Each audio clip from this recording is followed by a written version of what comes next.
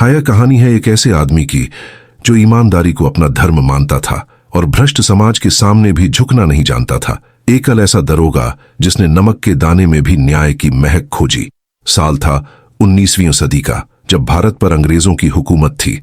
हर चीज पर टैक्स लगता था, यहां तक कि नमक पर भी। नमक, वो चीज जो इंसान के खाने का स्वाद है, जीवन का जरूरी हिस्सा, वही अब सरकारी मुनाफे का जरिया बन चुकी थी। लोग नमक को छुपाकर बनाते थे और अंग्रेज सरकार ने ऐसे गैर कानूनी नमक बनाने वालों को पकड़ने के लिए नमक के दरोगा रखे थे। उसी समय बनारस जिले के एक छोटे से गांव में रहते थे वंशीधर, एक ईमानदार, सच्चा और आदर्शवादी नौजवान। उनके पिता पुराने विचारों वाले ब्राह्मण थे जो चाहते थे कि बेटा नौकरी करे, परिवार का नाम रोशन करे।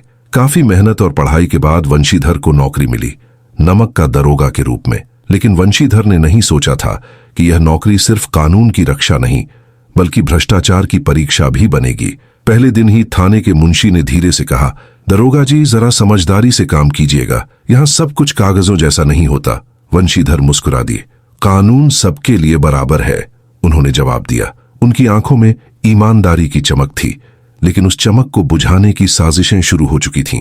अब कहानी में प्रवेश होता है एक और किरदार का, पंडित अलोपी दीन, बनारस का सबसे अमीर और प्रभावशाली व्यक्ति। उनका व्यापार दूर दूर तक फैला था, नमक से लेकर कपड़े, अन्न तक सब कुछ। हर अफसर उनके आगे झुकता था। पैसा उनकी असली ताकत थी, लेकिन अलोपी दीन का एक छुपा धंधा भी था, नमक की तस्करी। रात के अंधेरे में उनके नौकर और गाड़ियां सीमा पार से नमक लाते, बिना टैक्स दिए बेच देती, और सरकार की आंखों के सामने हर दरोगा उनकी जेब में था।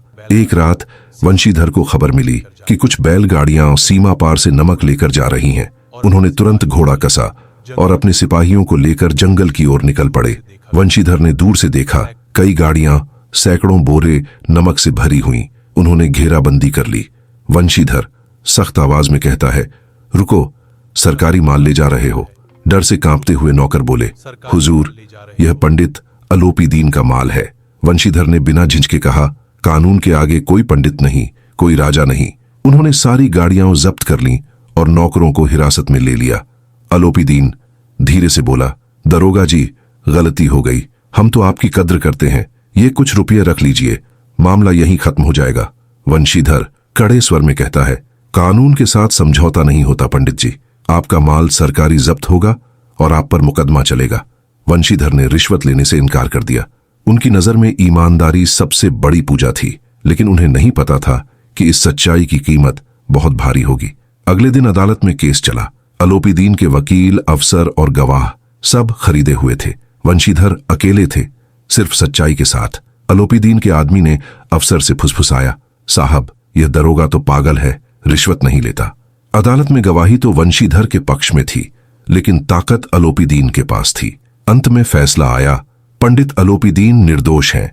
वंशीधर की कार्यवाही अनुचित पाई गई। वंशीधर को नौकरी से निलंबित कर दिया गया। उनकी ईमानदारी अब उनके लिए अपराध बन चुकी थी और उनके पिता की आंखों में निराशा।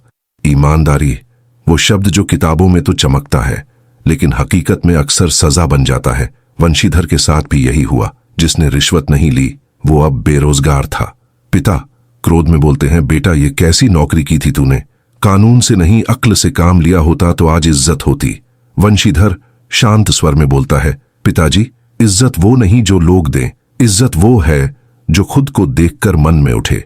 पर समाज को ईमानदारी की नहीं, सफलता की परवाह थी।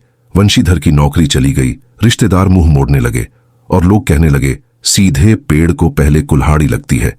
वो आदमी जो कल तक दरोगा था, आज एक बेरोजगार युवक बन चुका था। घर में फाके की नौबत, फिर भी उसने झूठ और रिश्वत के आगे सिर नहीं झुकाया। रातें बिना नींद की गुजरने लगीं और दिन निराशा से भरे हुए, लेकिन जिंदगी ने उसके लिए कुछ और लिखा था। एक दिन खबर आई, जिले में नया कमिश्नर आया है, अंग्रेज अफसर, लेकिन न्यायप्रिय और ईमानदार। उसी के दरबार में एक बड़ा मुकदमा आया और मुकदमे का मुख्य गवाह बना वही व्यक्ति, पंडित अलोपी दीन। पर इस बार अलोपी दीन पर आरोप था सरकारी धन की हेराफेरी का। कमिश्नर ने कहा, इस केस में जांच के लिए हमें किसी ईमानदार अफसर की जरूरत है। एक आवाज आई, सर, एक नाम है जो भ्रष्टाचार से नहीं डरा, वंशीधर। और अगले ही दिन वंशीधर को सरकारी आदेश मिला। आपको विशेष दंडाधिकारी नियुक्त किया जाता है। वो दरोगा जिसे कभी रिश्वत न लेने की सजा मिली थी, अब न्याय की कुर्सी पर बैठने जा रहा था। समय का पहिया घूम चुका था। कल तक जो अमीर था वो आज कटघरे में था, और जो गरीब दरोगा था वो अब न्यायाधीश बन चुका था।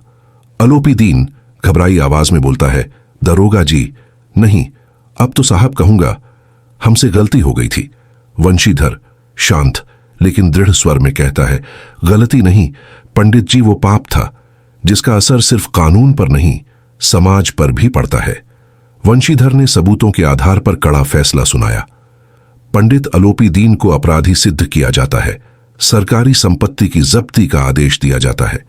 अदालत में सन्नाटा था। हर कोई वंशीधर की ओर देख रहा था, वो आदमी जिसने ईमानदारी की मशाल को फिर से जला दिया था। कमिश्नर खुद उठकर बोले, वंशीधर, आप जैसे अफसर इस देश की उम्मीद हैं। वंशीधर की आंखों में आंसू थे, न गर्व के न पछतावे के, बस एक सुकून का एहसास था कि सच्चाई चाहे देर से जीते पर हारती कभी नहीं। दरोगा जी, आपने मुझे आज इंसान बना दिया।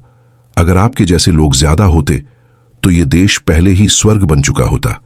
वो पंडित जो कभी अपने पैसे पर घमंड करता था, आज एक गरीब दरोगा की ईमानदारी के आगे झुक गया था।